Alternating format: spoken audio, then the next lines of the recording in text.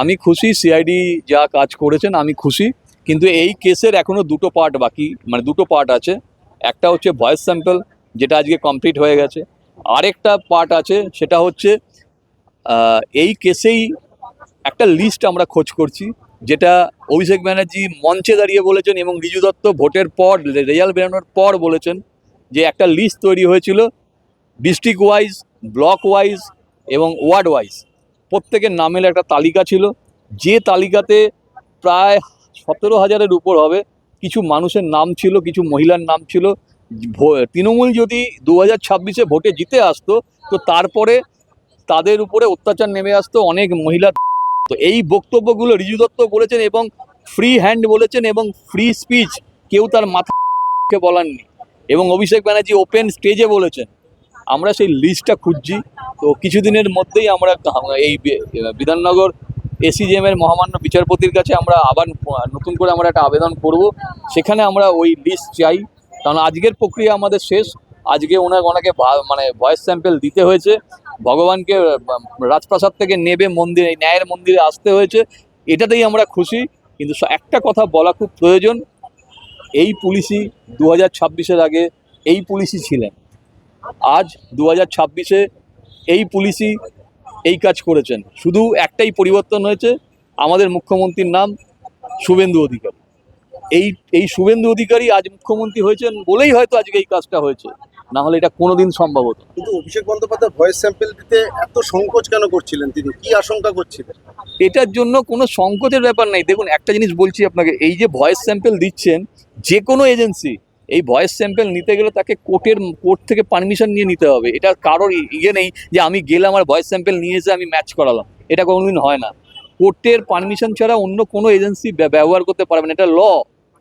উনি ভয়টা পাচ্ছেন না, উনি অ্যাকচুয়াল ওনার একটা মানে ওনার ভিতরে একখানা অহংকার বোধ কাজ করে। ওনার ভিতরে একটা মানে ওনার আত্মসম্মানে লাগছে যে ওনাকে এইখানে আসতে হবে, লোয়ার কোর্টে আসতে হবে, এইটা উনি মেনে নিতে পারছেন না। ওনাকে বুঝতে হবে আমি ওনার শত্রু নই, আমি অভিষেক ব্যানার্জির কোনো শত্রু নই, সে আমার ছোট ভাইয়ের মতো। কিন্তু তাকে বুঝতে হবে যে আমরা মানুষ, প্রত্যেকে মানুষ। আপনি একটা আপনার কাজ করছেন, উনি ওনার কাজ করছেন, অ্যাডভোকেটরা আছে তারা তাদের কাজ করছেন, আমরা প্রত্যেকের কাজ করি। আমি সমাজকর্মী, আমি আমার কাজ করছি, আমি মানুষের কথা বলছি।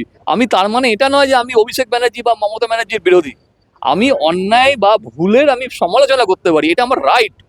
কিন্তু আমি বলছি মানে কাল আপনি আমাকে তুলে নিয়ে চলে যাবেন, আমাকে অ্যারেস্ট করিয়ে দেবেন কোনো মিথ্যা কেসে, এটা কোনোদিন হতে পারে না, এটা সভ্য সমাজে হতে পারে না। এটা বন্ধ হওয়া খুব প্রয়োজন।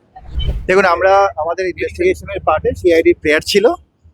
আমাদের নতুন বিএনএসএস একটা প্রভিশন আছে যে কেউ অ্যারেস্ট হোক বা না হোক, ভয়েস টেস্ট নেওয়া যায় ইনভেস্টিগেশনের জন্য। এই মামলাটা পুরোটা অনেকটাই দাঁড়িয়ে আছে ভয়েসের উপরে, যেগুলোর উপর মামলাটা দাঁড়িয়ে আছে যে ওনার ভয়েস কিনা একটা কম্পারিশন দরকার ছিল। তো আমরা একটা প্রেয়ার দিয়েছিলাম স্টেটের হয়ে, আমি সেটা ল্যান্ডেড কোর্ট অ্যালাউ করেছিলেন 394-এর, 349-এর, এবং সেই তার বেসিসের উপরে দুটো ডেট আমরা ওয়েট করেছি। আমাদের এক্সপার্টও এসছে, কিন্তু উনি আসেননি। আলটিমেটলি গত ডেটে আমি একটা পিটিশন করেছিলাম যে এইভাবে চললে ইনভেস্টিগেশন ফার্স্টেড হয়ে যাচ্ছে, ইনভেস্টিগেশন আমরা এগোতে পারছি না। তো পরবর্তীকালে অনারেবল কোর্ট একটা ডাইরেকশন দিয়েছিলেন, যার বেসিসে ওনাকে আজকে 12টার মধ্যে আসতে বলা হয়েছিল। তো অ্যাকর্ডিংলি সমস্ত অ্যারেঞ্জমেন্ট সিআইডির তরফে করা হয়েছিল। উনি এসছেন, আমাদের এক্সপার্ট প্রেজেন্ট ছিল, এবং আলটিমেটলি ওনার ভয়েস নেওয়া হয়েছে। এবার ইনভেস্টিগেশন এগোবে আমাদের মধ্যে। আচ্ছা দাদা, একটা বলছেন যে এই এভিডেন্স অন্য কাজে ব্যবহার যাতে না করা হয়, এটা কি আইনে বলে যে অন্য কাজে ব্যবহার করা যেতে পারে? এরকম আমার জানা নেই আছে কিনা, কারণ এটা শুধুমাত্র সল্লি আমাদের ইনভেস্টিগেশন পারপাস। কারা কারা ছিল এটা বলা যাবে না, এটা আমি নিজেই ছিলাম না, সুতরাং এগুলো বলা যায় না। তো যেটা এক্সপার্টরা ছিলেন এবং যিনি মানে যারা নিয়েছেন এবং যার ভয়েস নেওয়া হয়েছে, অভিষেক ব্যানার্জি নিজে ছিলেন এবং আইও আইডেন্টিফাই করেছিলেন। তারপর যে প্রসিডিউরে হয় পুরোটাই ল্যান্ডেড কোর্ট নিজে করেছে, নিজে তত্ত্বাবধানে তার প্রেজেন্সে হয় তার চেম্বারে।